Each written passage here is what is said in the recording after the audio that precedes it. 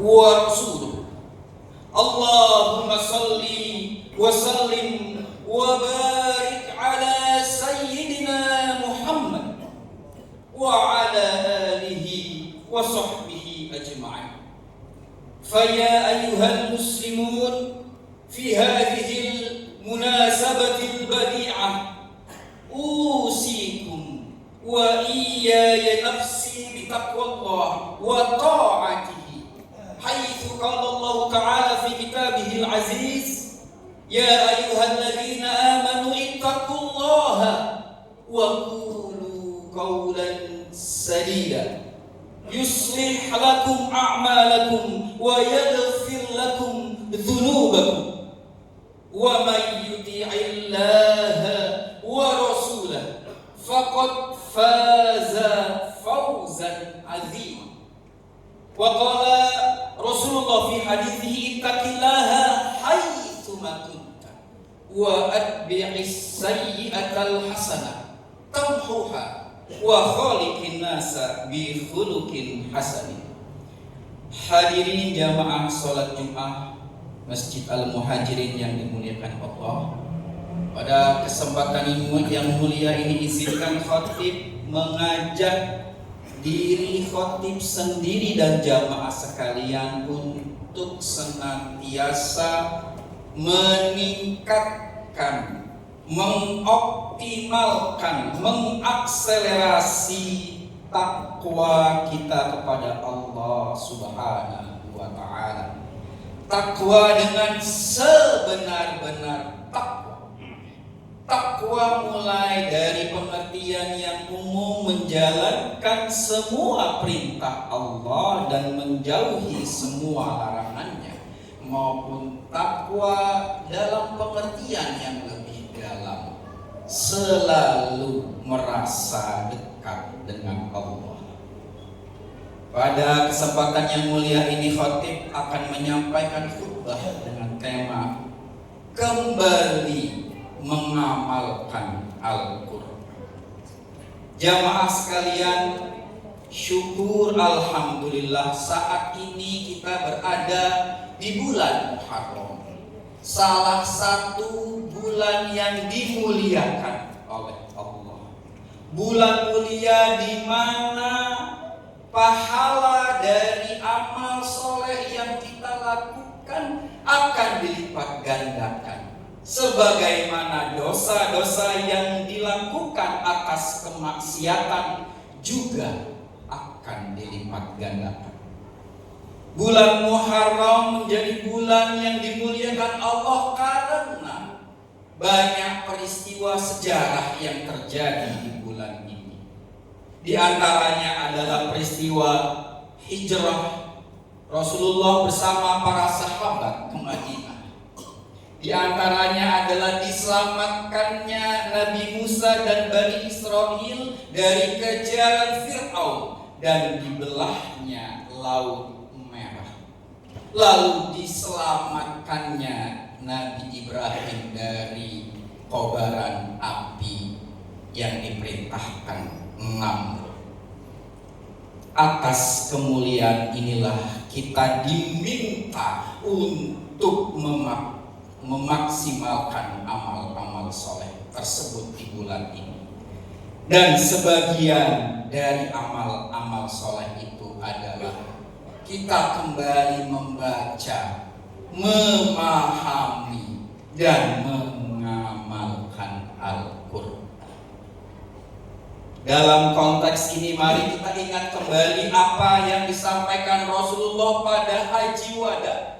Pada haji terakhirnya beliau menyampaikan, taraktu fikum amrayni lan tadillu ma tamassaktum bihima, kitabullah wa sunnatu nabiyyi. Aku tinggalkan kepada kalian dua perkara. Kalian tidak pernah akan tersesat selama memegang teguh kedua hal ini. Keduanya adalah kitabullah, Al-Quran, dan sunnah Nabi. Apa yang disampaikan Rasulullah ini menjadi penjelas, penegas bahwa Al-Quran dan sunnah Nabi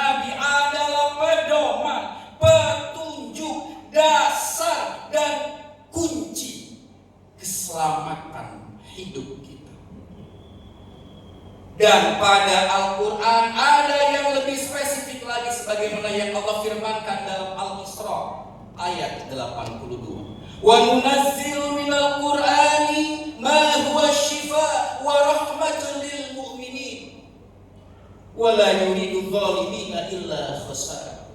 Dan dari apa yang Al-Quran kami turunkan, sebagiannya menjadi obat atau penyembuh dan rahmat bagi orang-orang yang beriman. Allah menegaskan Quran menjadi obat dan rahmat untuk kita semua.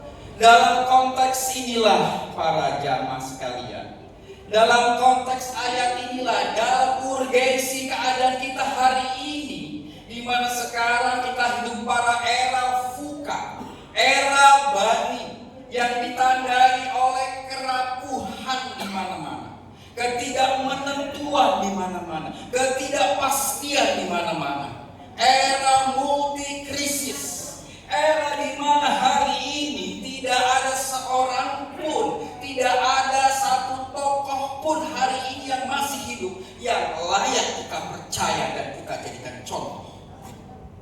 Maka Quran menjadi obat dan jawaban dari semua masalah-masalah kehidupan kita. Mulai dari masalah hidup kita pribadi, masalah keluarga kita, masalah karir kita, masalah finansial kita, bahkan sampai pada masalah bangsa dan masalah dunia. Quran adalah jawabannya. Maka jamaah sekalian, sikap kita terhadap Quran adalah Quran jangan berhenti hanya menjadi bacaan, jangan berhenti hanya menjadi hafalan, jangan berhenti hanya menjadi lomba-lomba, jangan berhenti hanya menjadi hiasan-hiasan indah di masjid kita, jangan berhenti hanya menjadi hiasan-hiasan ruang tamu kita, jangan berhenti hanya menjadi pajangan lemari buku di rumah kita. Al-Quran harus menjadi keseharian, perilaku, dan gaya hidup kita setiap hari. Maka jamaah sekalian, pertanyaannya adalah kita mulai dari mana? Kita mulai dari mana menjadikan Al-Quran ini sebagai pedoman hidup kita? Mari kita belajar kembali kepada Rasulullah. Kita belajar kembali kepada masa-masa terbaik dari para sahabat tabi'in dan tabi'in. Ibnu Mas'ud pernah berkata, salah seorang dari kami atau kami seluruhnya, generasi kami adalah ketika kami mempelajari 10 ayat dari Al-Quran, kami tidak melampauinya, kami tidak meneruskannya sebelum yang 10 ayat ini kita pelajari, kita pahami, dan kita amalkan. Begitulah metode sahabat Rasul mengamalkan, menyikapi Al-Quran. 10 ayat dipahami, dibaca, dihafalkan, dan langsung diamalkan. Dengan etos seperti ini, dengan akhlak seperti ini, kita baru paham bagaimana Sayyidah Aisyah ketika ditanya, wahai ya Bunda Aisyah, bagaimana akhlak Rasulullah? Bunda Aisyah berkata, akhlak Rasulullah Al-Quran. Rasulullah adalah Quran yang berjalan, Quran yang hidup, Quran yang berbicara, Quran yang menjadi kenyataan. Rasulullah adalah Quran yang senyata-nyatanya. Maka jamaah sekalian, kita masih diberi kesempatan untuk mengikuti jejak Rasul dan para sahabat. Di bulan Muharram yang penuh kemuliaan ini, saatnya kita kembali membaca dan mengamalkan Quran. Sekurangnya menurut khotib ada 3 hal yang perlu kita mulai lakukan. Yang pertama adalah kembali membaca Al-Quran.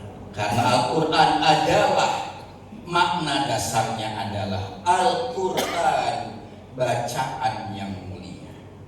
Kita baca lagi Al-Quran. Ada gerakan one day one juz, one day one surah, one day one page. It doesn't matter, tidak apa-apa. Baca, pelajari tajwidnya, tingkatkan tahsinnya, baca terjemahan, pahami maksudnya, baca asbabun nuzulnya, baca tafsir-tafsirnya, pahami bagaimana konteks ayat diturunkan. Dan ketika membaca Al-Quran, kita buat seolah-olah Al-Quran itu sedang diturunkan kepada kita, seolah-olah Al-Quran itu diwahyukan kepada kita, seolah-olah kita berbicara kepada Allah. Karena memang itu panduannya. Quran menjadi panduan kita. Quran masuk ke dalam tubuh kita, roh kita, darah kita, nadi kita, tulang kita. Seperti kita mendapatkan wahyu dan ilham langsung dari Allah Subhanahu wa Ta'ala melalui bacaannya kita baca. Yang kedua, jamaah sekalian, mari kita berakhlak Al-Quran. Al-Quran meminta kita untuk berkata benar, berkata jujur, menjauhi kebohongan. Al-Quran meminta kita untuk rajin bersedekah. Al-Quran meminta kita untuk menghormati sesama. Al-Quran meminta kita untuk disiplin, menjaga amanah, menghormati orang tua, menghormati tetangga. Kita jalankan semuanya. Kita semuanya harus berakhlak Al-Quran. Dan yang terakhir adalah Al-Quran harus menjadi solusi hidup kita. Mukjizat Al-Quran tidak hanya dirasakan nanti di alam kubur, tidak hanya dirasakan nanti di akhirat. Al-Quran harus kita rasakan ketika kita hidup, menjadi solusi dari semua masalah-masalah hidup kita. Masalah kecemasan kita, masalah kebingungan kita, masalah rumah tangga kita, masalah finansial kita, masalah segala macam. Jawabannya ada di dalam Al-Quran. Sebagai contoh para jamaah sekalian, 1 surat saja, 1 surat pendek yang sering kita hafalkan dan sering kita baca, surat Al-Ikhlas. Qul huwallahu ahad, Allahu shomad, lam yalid wa lam yulad wa lam yakul lahu kufuwan ahad. Katakanlah Allah, Qul huwallahu ahad. Bagaimana bila mempraktekkan surat ini ketika dia ditimpa batu besar, dia hanya bilang ahad, ahad, ahad. Allahu shomad, Allah tempat meminta segala sesuatu, Allah tempat bergantung segala sesuatu. Maka kita minta apa saja kepada Allah.